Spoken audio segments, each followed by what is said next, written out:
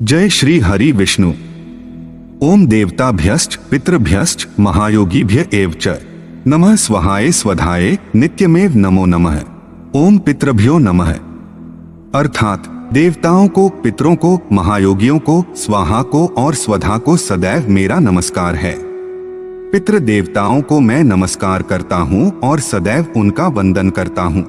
हम भगवान श्री वेद व्यास जी द्वारा रचित श्री गरुड़ महापुराण के दिव्य ज्ञान के माध्यम से यह जानने का प्रयास करेंगे कि पितृपक्ष में श्राद्ध की क्या विशेषता है और पितरों को श्राद्ध में तर्पण देना क्यों अनिवार्य है। पितृपक्ष का प्रारंभ भादो मास की पूर्णिमा से होता है और अश्विन मास की अमावस्या पर समाप्त हो जाता है, यानी कि 15 दिनों का जो समय है उसे श्राद्ध पक्ष कहते हैं। इसे पितृपक्ष भी कहते हैं। अगर संरचना की दृष्टि से देखा जाए तो हमारे ब्रह्मांड में 14 लोक होते हैं। हमारी पृथ्वी के नीचे 7 लोक तल, वितल, सुतल, तलातल, महातल, रसातल और पाताल होते हैं, जबकि हमारी पृथ्वी के ऊपर 6 लोक पितृलोक, स्वर्गलोक, जनलोक, महरलोक, तपलोक तथा ब्रह्म लोक होते हैं और हमारी पृथ्वी इन सब के मध्य में स्थित है, जिसे पृथ्वी लोक कहते हैं। मनुष्य जब देह त्याग करता है तो उसकी आत्मा को अपने पूर्व जन्म में किए गए कर्मों के अनुसार ही नए शरीर की प्राप्ति होती है अथवा मुक्ति का मार्ग मिलता है।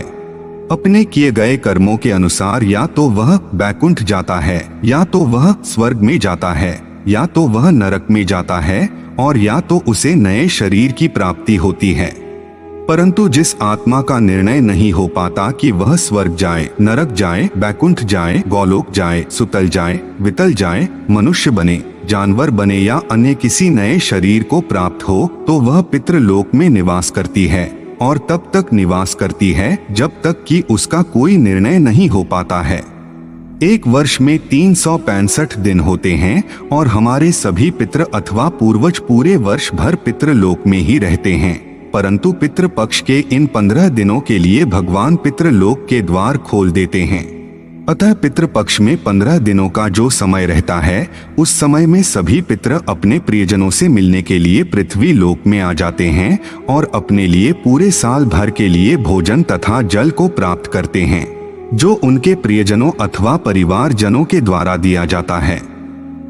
जो लोग अपने पितृ अथवा पूर्वजों को इस श्राद्ध पक्ष में तर्पण करके तथा विनय पूर्वक आवाहन करके भोजन प्रदान करते हैं, उनके पितृ अत्यंत प्रसन्न होते हैं। जब पितृ या पूर्वज तृप्त और प्रसन्न होकर वापस पितृलोक जाते हैं तो जाते समय अपने परिवार जनों को शुभ आशीर्वाद देते हैं, जिससे कि उनके सभी मनोरथ पूरे होते हैं और सभी प्रकार के रोग, दुख अथवा कष्ट दूर होते हैं और खुशहाली आ जाती है।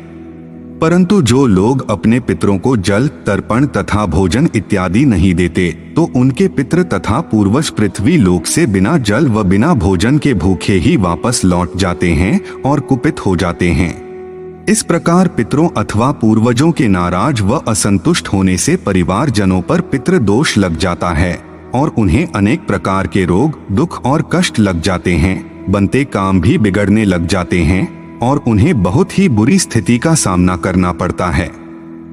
अतः पितृपक्ष में अपने पितरों अथवा पूर्वजों का स्मरण करना चाहिए, उनका आवाहन करना चाहिए, उनको तर्पण देना चाहिए, उनको नाना प्रकार के पकवान व व्यंजन बनाकर उन्हें प्रेम से अर्पण करना चाहिए, जिससे कि वे संतुष्ट व तृप्त होकर अपना आशीर्वाद देते हुए प्रसन्नता पूर्वक अपने पितृलोक में वापस चले जाएं।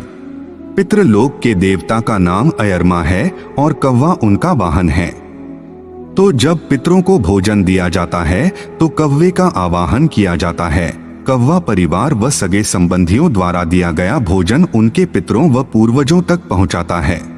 कुत्ते को भी भोजन दिया जाता है, क्योंकि कुत्ता धर्मराज के दूत का प्रतीक है। गाय को भी भोजन कराया जाता है, क्योंकि गाय सबसे पूजनीय होती है और गाय में सभी देवी देवताओं का वास रहता है।